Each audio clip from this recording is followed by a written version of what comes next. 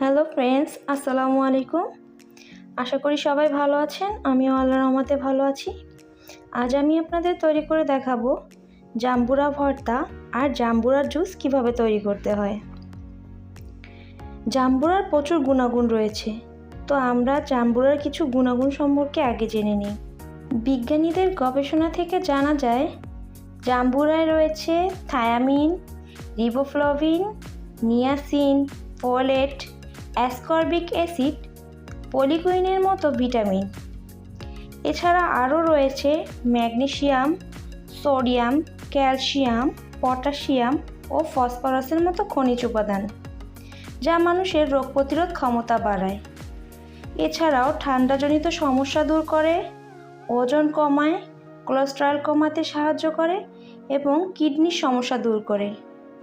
জাম্বুরা সবথেকে বেশি কাজ করে ক্যান্সার রোগ প্রতিরোধে।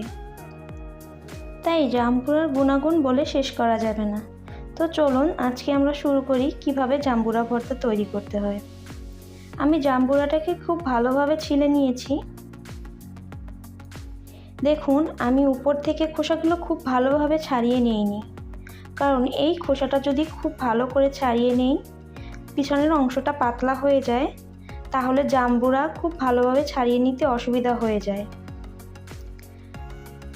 দেখুন, জাম্বুরার পিছনের অংশটা আমি একটু মোটা রাখার কারণে খুব সহজেই কিন্তু জাম্বুরা ছোলা থেকে ছাড়িয়ে নেওয়া যাচ্ছে।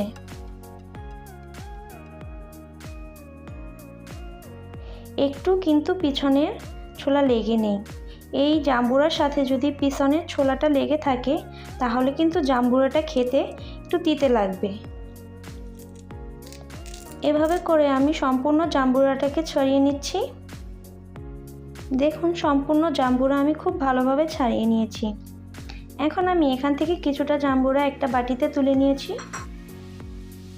এ পর্যায়ে গ্যাস অন করে দিয়ে আমি দুটি মরিচ ভালো করে পুড়ে নিব। এভাবে মরিচ পুড়ে যদি জাম্বুরার ভর্তায় দেওয়া হয়, তাহলে জাম্বুরার ভর্তাটা খেতে খুবই মজা হয় এবং অন্যরকম একটা স্মেল আসে। তো সম্পূর্ণ মরিচটা আমি দেখুন খুব ভালো করে পুড়ে নিয়েছি। এখন আমি দিয়ে দিচ্ছি পেঁয়াজ কুচি আর দিয়ে দিচ্ছি কিছুটা লবণ। এটা আমি পরিমাণ মতো দিয়েছি, আপনারা আপনাদের জাম্বুরার পরিমাণ অনুযায়ী দিবেন। সবগুলো উপকরণ আমি খুব ভালো করে মাখিয়ে নিচ্ছি। মাখানো হয়ে গেছে। এর মধ্যে আমি দিয়ে দিলাম কিছুটা সরিষার তেল। এখন জাম্বুরার রগুলো যেহেতু একটু আস্তে আস্তে রয়ে গেছে, তো আমি হাত দিয়ে মেখে খুব ভালো করে ছুটিয়ে দিচ্ছি। সম্পূর্ণ উপকরণ জাম্বুরার সাথে মেখে নিয়েছি। এখন আমি এর মধ্যে দিয়ে দিচ্ছি 1.5 চা চামচ চিনি। এটা আপনাদের পরিমাণ মতো দিবেন। 1 চা চামচ বিট লবণ। এটা চাইলে আপনারা নাও ব্যবহার করতে পারেন, নর্মাল লবণ ব্যবহার করলেও হবে। এরপরে দিয়ে দিচ্ছি কিছুটা কাসুন্দি। সম্পূর্ণ উপকরণ আমি আবার খুব ভালো করে মিশিয়ে দিচ্ছি।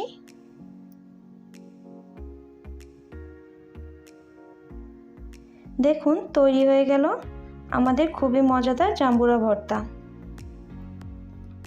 এই ভর্তাটা খেতে কিন্তু খুবই মজা হয়।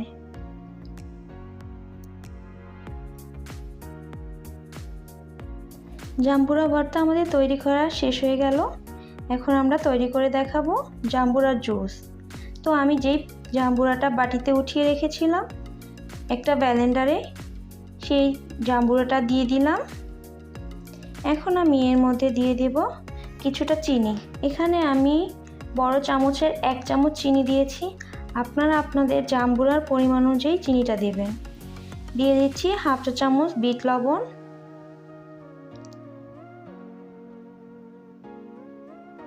1/2 চা চামচ লবণ ও কিছুটা লেবুর রস।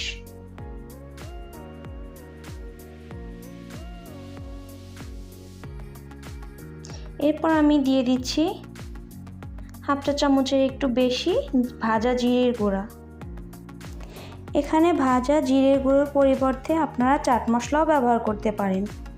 এখন আমি দিয়ে দিচ্ছি কিছুটা বরফ কুচি এবং ঠান্ডা পানি। সবগুলো উপকরণ আমার দিয়ে দেওয়া হয়ে গেছে। এখন আমি এটাকে ঢাকনা বন্ধ করে ব্লেন্ডারে ব্লেন্ড করে নিব।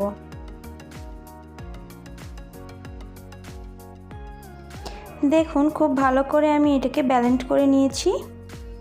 এখন একটি বাটির উপরে একটি ছাঁকনি দিয়ে আমি এটাকে খুব ভালো করে ছেঁকে নিচ্ছি।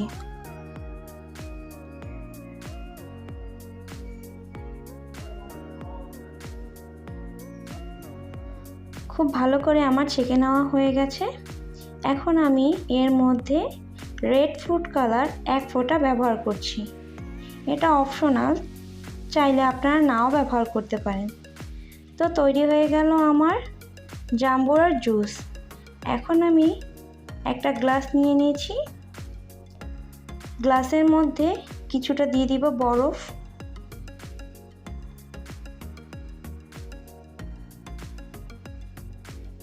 একটু লেবু দিয়ে দিয়েছি।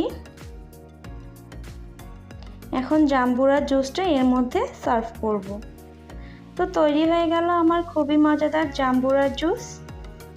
তো ফ্রেন্ডস, আমার ভিডিওটি যদি আপনাদের ভালো লেগে থাকে তাহলে অবশ্যই লাইক, কমেন্ট এবং শেয়ার করবেন। আর এরকম মজার আরও ভিডিও পেতে আমার চ্যানেলটিকে অবশ্যই সাবস্ক্রাইব করবেন। আল্লাহ হাফেজ।